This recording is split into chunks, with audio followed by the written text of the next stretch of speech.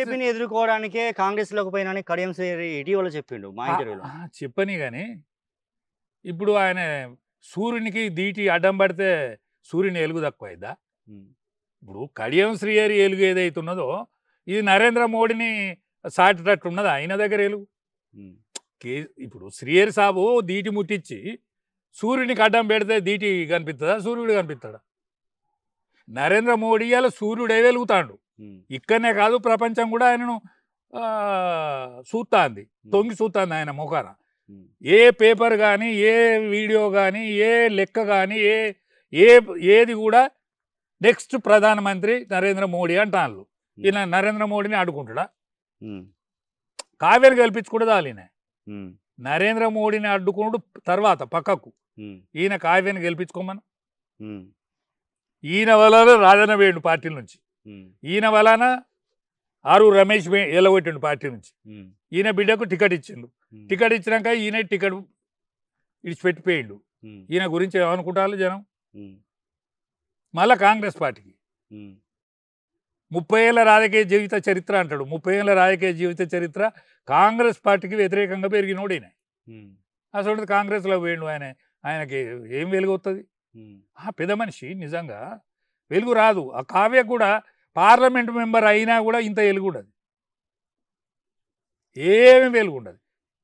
ఈ బొలగాళ్ళు ఎందుకు మాకు రాజకీయం కావాలి రాజకీయం కావాలంటాలో కానీ నాకు అర్థం కాదు. హ్మ్. ఇప్పుడు కవిత ఏం చేసిందే? కవిత చేసిన శృంగారం ఏమన్నా చక్కదనం ఉన్నదా? హ్మ్. కేసీఆర్ ముఖం ఏమైనా కనిపించేటట్టు అయిందా? ఊళ్ళల్లో ఇంటారా? ఊళ్ళల్లో ఇంటరా? ఊళ్ళో మనుషులు అనుకున్నారా ఇట్లా జైలు పోయే పరిస్థితులు వస్తాయని అనుకున్నారా మీరు? నేను అనుకున్నా, హ్మ్. కానీ నేను అనుకున్నాడు వేరు, కానీ జనముల ముఖం లేకుండా అయింది. హ్మ్. తెలంగాణ పాపం వాళ్ళు బతుకమ్మ ఆడినోళ్ళేం కాదు. హ్మ్. ఇప్పుడు వెల్మోళ్ళు బతుకమ్మ ఆడరా? హ్మ్.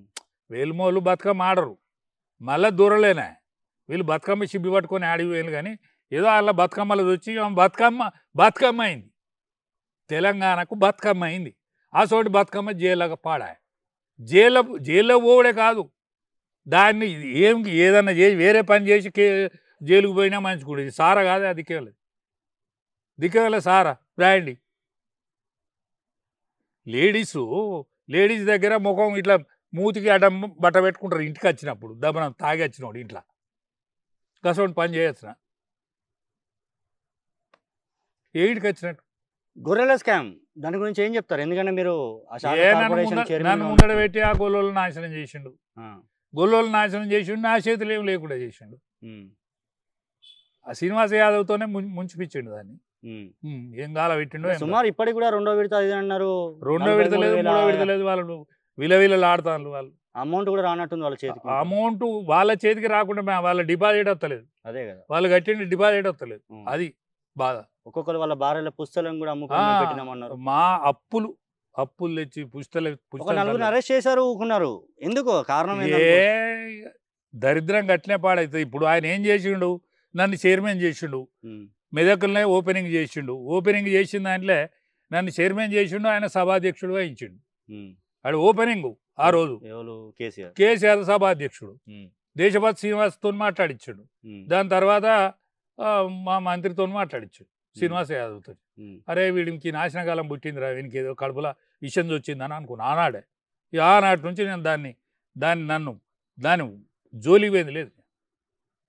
ఇప్పుడు phone tapping, liquor scam, Kaleshwaram ఇవన్నీ ఇష్యూలు చూస్తున్నాం. ఈ గొర్రెలకు సంబంధించిన స్కామ్ అయితే దాదాపు ఆ శాఖకు మీరు పనిచేసినారు కాబట్టి ఓవరాల్‌గా ఏం జరిగిందనుకోవచ్చు?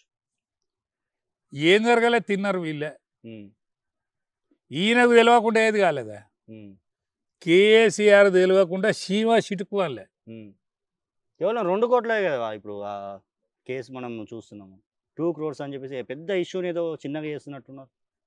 చేస్తారు గట్లనే. హ్మ్. ఏదైనా చిన్నగానే చేస్తారు కదా, పెద్దగా ఉన్నా కూడా చిన్నగానే చేస్తారు కదా, హ్మ్. సహజం కదా చిన్నగా చేసి. ఒక నలుగురు ఆఫీసర్‌ని సస్పెండ్ లోపల చేసి పెడతారు, వాళ్ళని వాడు అరెస్ట్ వాని చేసినారు. సాగు వాడు చచ్చి యువతలకి వెళ్తాడు గంతే. హ్మ్.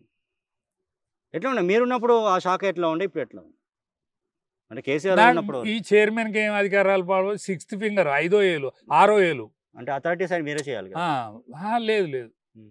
అన్ని మంత్రికే ఉంటాయి. మంత్రికి ఉంటే మీరు కూడా హా, సంబంధిత ఓ శాఖలో ఓ కార్పొరేషన్ కాగితం మీద చైర్మనే సంతకం కదా. పెట్టే ఉంటుంది. 6 ఏళ్ళు ఉంటుంది చూడు, అవును 5 ఏళ్ళు ఉంటాయి కదా. అవును.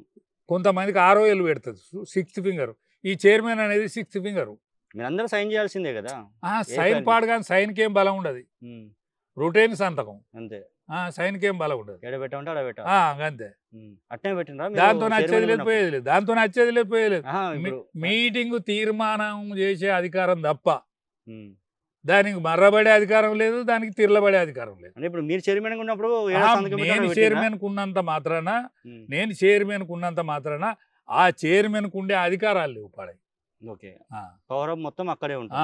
మీదనే ఉంటుంది అధికారాలు. మాట్లాడినా మరి మీ దోస్త్ ఏమన్నా ఈ మధ్యలో ఓడిపోయినా లేదండి, ఫామ్ హౌస్ నేను మాట్లాడలేదు. ఎందుకంటే మాట్లాడాలనుకున్నారా మీ మనసులో ఏమన్నా? ఉండే, కానీ నేను నాతోని హరీష్ మాట్లాడలే ఫోన్లో. హరీష్ మాట్లాడలే. నేను కేటీఆర్ ఫోన్ చేస్తే కేటీఆర్ మాట్లాడలే. ఆ రోజులలో కదా మీ పార్టీ ఈ మధ్యలో. నేను సంతోష్కి ఫోన్ చేస్తే సంతోష్ మాట్లాడలే. వీళ్ళందరూ మాట్లాడలేదంటే ఇక ఆయన మాట్లాడాడు అన్నట్టే కదా దాని అర్థం. నాకు ఉండే బాధ అంటే ఫ్రెండ్షిప్ అని ఉంటుంది కదా. ఆయన అడ్డం పడ్డప్పుడు, మొన్న అడ్డం పడ్డప్పుడు పోవాలని ఉండే.